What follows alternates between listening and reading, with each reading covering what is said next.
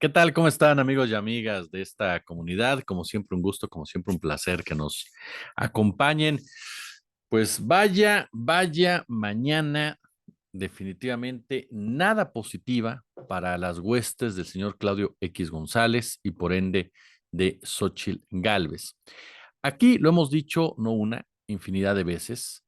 Las encuestas son fotografías de un momento, instantáneas, no definitorias, pero que nos ayudan a entender el pulso del instante, nos ayudan a entender el momento de la discusión. Y es cierto, dicho por expertos en la materia con los que hemos tenido la oportunidad de platicar, hay ocasiones en que existen fenómenos conocidos como los switcheos, ¿no? De gente que te dice que va a votar a favor de alguien y resulta que al final se inclina por otra persona, gente que te miente y demás. Sin embargo, cuando comienzan a ser sostenidas y después de ciertas acciones o actos que buscan modificar ese panorama, las tomas como referencia del mismo. Me explico. Cuando se lanzan campañas de denostación, como narcopresidente, narcocandidata, cuando se le mete una cantidad impresionante de dinero a impulsar campañas como la de Xóchitl Gálvez o la de Santiago Taboada, lo mínimo que esperas cuando se van presentando estos ejercicios demoscópicos es que reduzcan las desventajas que habían manifestado desde que comenzó esta contienda. Sin embargo, sucede todo lo contrario. El argumento de Xóchitl Gálvez y de su equipo es: todas las encuestas que no nos favorecen están maiceadas. Y uno podría entender, como lo hemos dicho, no, esta actitud de Xóchitl Gálvez y de su equipo, porque no pueden darse por derrotados tan temprano, pero el negacionismo tiene fecha de caducidad. Ojo con este detalle. Y conforme se va acercando el 2 de junio, deberían de asumir ciertas responsabilidades en la oposición, pero que tristemente me parece no ocurrirá así. Todo este contexto que les doy es porque se presenta la encuesta de Reforma. Reforma ha sido un medio crítico con el gobierno de Andrés Manuel López Obrador en muchas ocasiones, sin un sustento periodístico como tal, en otras con notas bien fundamentadas, pero siempre ha manifestado de manera muy clara y concisa cuál es su línea editorial. Anti 4T, anti Andrés Manuel López Obrador y de él todo lo que emane, incluyendo a la propia Claudia Sheinbaum Pardo. Por eso es importante ver la encuesta de Reforma, que de una u otra manera ha jugado en las últimas elecciones de nuestro país y se ha ido ganando un lugar entre los ejercicios a los cuales uno pone cierta atención cuando hablamos precisamente de este tópico. Y es que el resultado es contundente, contundente. El titular de Reforma señala: puntea Claudia, MC se desfonda. Si hoy hubiera elecciones para presidente de la República, ¿por quién votaría? Claudia Sheinbaum alcanza 58%, Xóchitl Gálvez 34%, Jorge Álvarez Maínez 8%.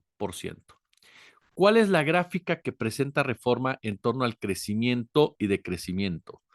En agosto del 2023, Sheinbaum tenía 53%, es decir, que de agosto del 2023 a marzo del 2024 ha incrementado su intención de voto en 5%. No se ha estancado, como dice la oposición, no ha perdido puntos según esta encuesta Claudia Sheinbaum, sino que se ha consolidado en el primer lugar hasta alcanzar más de la mitad precisamente del porcentaje, 58%. En el caso de Xóchitl Gálvez, vemos una campaña de vaivenes. Arrancó con un 33%, bajó a un 29% y alcanza ahora un 34%. Es decir, que después de todo lo que se ha dicho en estos meses, de estas campañas Go Negative, como les aconsejó su asesor Jorge Castañeda, solamente han podido ganar un punto de cuando arrancó la contienda. Sí, se recuperaron en un 4%, pero ojo, no fue por la caída de Sheinbaum. Si Sheinbaum hubiera bajado a 50%, entonces sí hablaríamos de que esa inversión les redituó en una intención de votos según la encuesta de Reforma. No fue así. Lo que pasó es que Jorge Álvarez Maínez quien es el tercero en discordia, comienza a desfondarse efectivamente y comienza a ubicarse en el lugar que ustedes recuerdan, lo comentamos, lo compartimos en este espacio, va a terminar, que es entre un 5 y un 8%, porque es un candidato muy malo, Jorge Álvarez Maínez, es un candidato sin empatía, es un candidato sin presencia, es un candidato sin carisma, es un candidato emergente, es un candidato que representa lo más banal de la política joven mexicana, sin la creatividad o genialidad, dirían algunos, en el manejo incluso de redes sociales que tiene Mariana Rodríguez.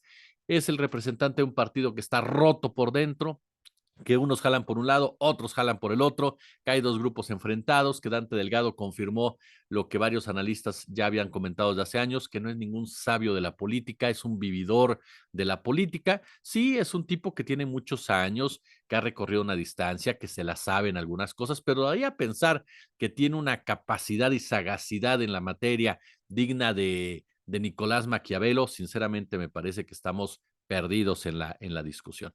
Pero además, los números de Reforma dan otro panorama también muy llamativo. Por ejemplo, el Congreso, si hoy fueran las elecciones para diputados federales, ¿por cuál partido votaría? 6% Verde, 4% PT, 15% PAN, 15% PRI, 4% PRD, 46% Morena, 8% MC, Independiente 2%. Es decir, que Morena tendría con sus aliados la mayoría del Congreso de la Unión. Juntos sumarían 56% del voto contra 34, 42, 30, 34 y 8, 42% de la oposición en su conjunto. Según los datos que presenta Reforma, pues es un resultado bastante positivo el que estamos viendo para Morena. Y de verdad, la pesadilla para Claudio X González, para Ricardo Salinas Pliego, para Germán Larrea, para los Bayeres, para los Serville. La encuesta de Reforma, y esto lo planteo porque lo que vamos a comentar un momento más, dice, sube AMLO, es decir, según esta encuesta, fíjese bien, AMLO alcanza 73% en este momento, subió del 62% de diciembre a 73% en este marzo del 2004. La aprobación del presidente de la República.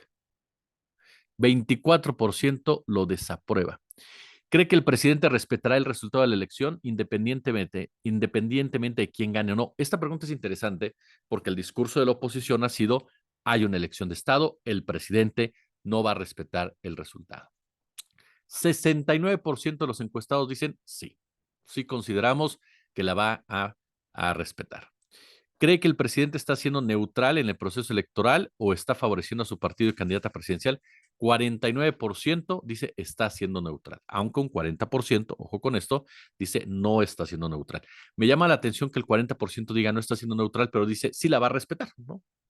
Un 16% ese 40%, un 15% ese 40% dice sí la va a respetar. Pero no solamente se presentó resultados a nivel federal, también para la jefatura de gobierno, y vale la pena comentarlos con ustedes. ¿Por qué? Porque dice, si hoy fueran las elecciones para jefe o jefa de gobierno, ¿por cuál partido votarías? Esta la presentó Mitofsky, ¿no? En El Economista, y el 50% dice Brugada, 36% Taboada, 5% Salomón. Esto ya después del debate. Fíjese que hay un punto en el cual Taboada sale medianamente favorecido, y es que en los negativos tiene 22%. Tiene más negativos Salomón Chertorivsky con 28%. Brugada tiene 21%. Tiene más positivos Brugada con un 49% contra un 44%. Supuestamente es más conocida Brugada que los otros dos candidatos, con un 76% contra un 64% y un 41%. Eh, Está checando si hoy fueran las elecciones para jefe de gobierno de la Ciudad de México, ahora por partido, 49% va con la alianza PAN, Verde Morena, contra 31% del PRI, Partido del PRI, PRD y el Partido Acción Nacional. En el caso de las próximas elecciones de la Ciudad de México, respecto a cómo se estarán desarrollando en los próximos días.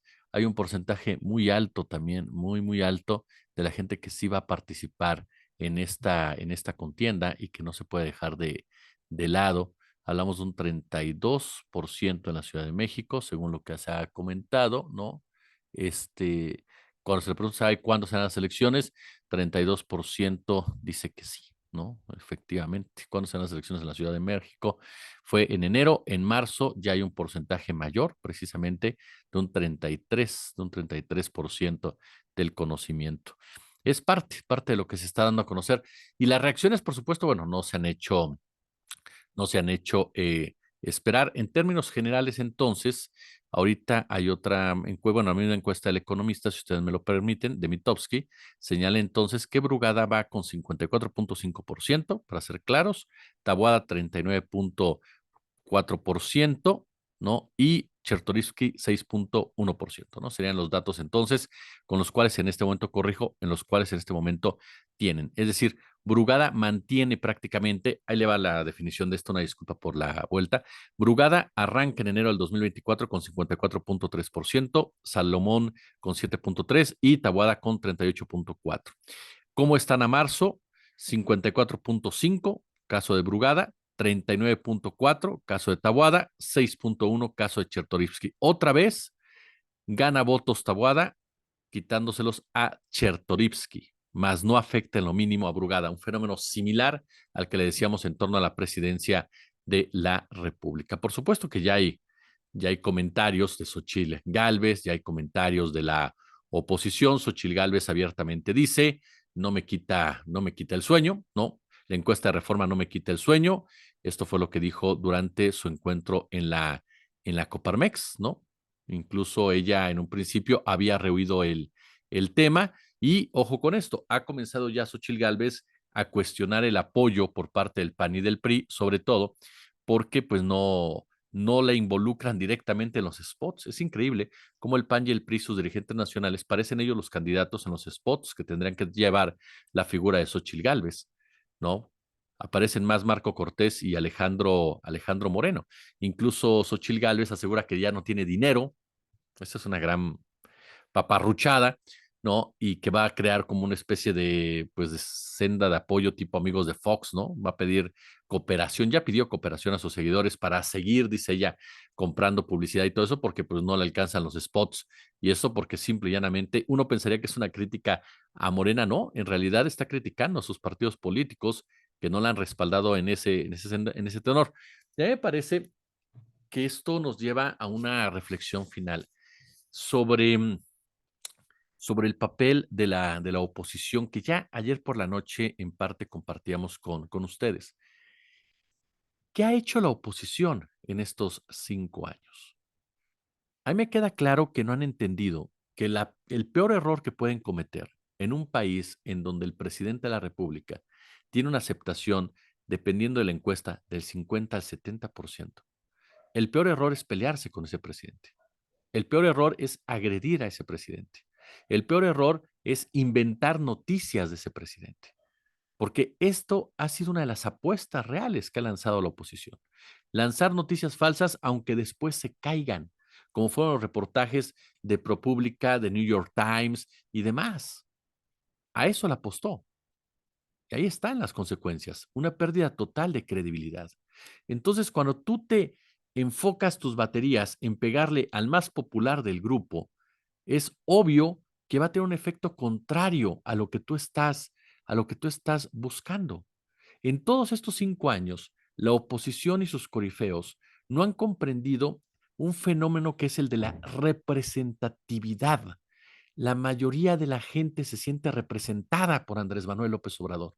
Y en lugar de tratar de comprenderlo, caen en la ofensa, en la diatriba, en la agresión, en la superioridad moral, en el racismo, en el clasismo, agreden, insultan y después piden el voto porque no logran entender que la sociedad del 2024 es diferente a la del 2018 y mucho más diferente a la del 2000 o del 2006 e incluso la del 2012.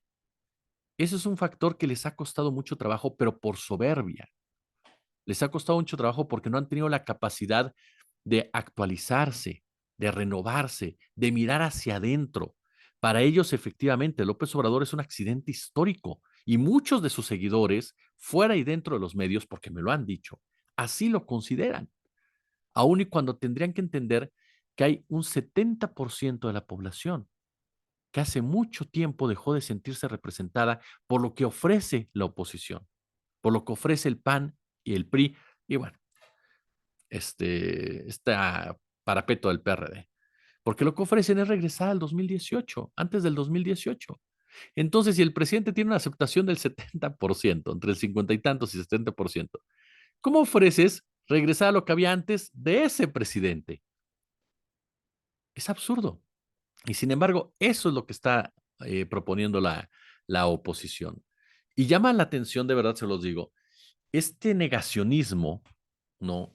Un negacionismo crónico, en donde incluso hoy Ciro Gómez Leiva se pregunta, ¿qué fue lo que ocurrió? ¿Por qué? ¿Por qué creció López Obrador? ¿No? Si le dimos con todo, dice Ciro Gómez Leiva prácticamente, y con él todos los corifeos de la oposición.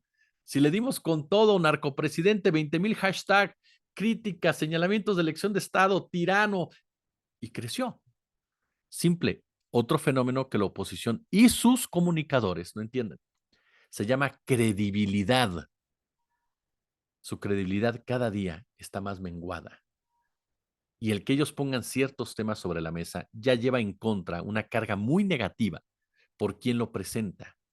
¿Por qué? Porque la gente aprendió a que ese grupo busca un interés muy lejano al del crecimiento de este país.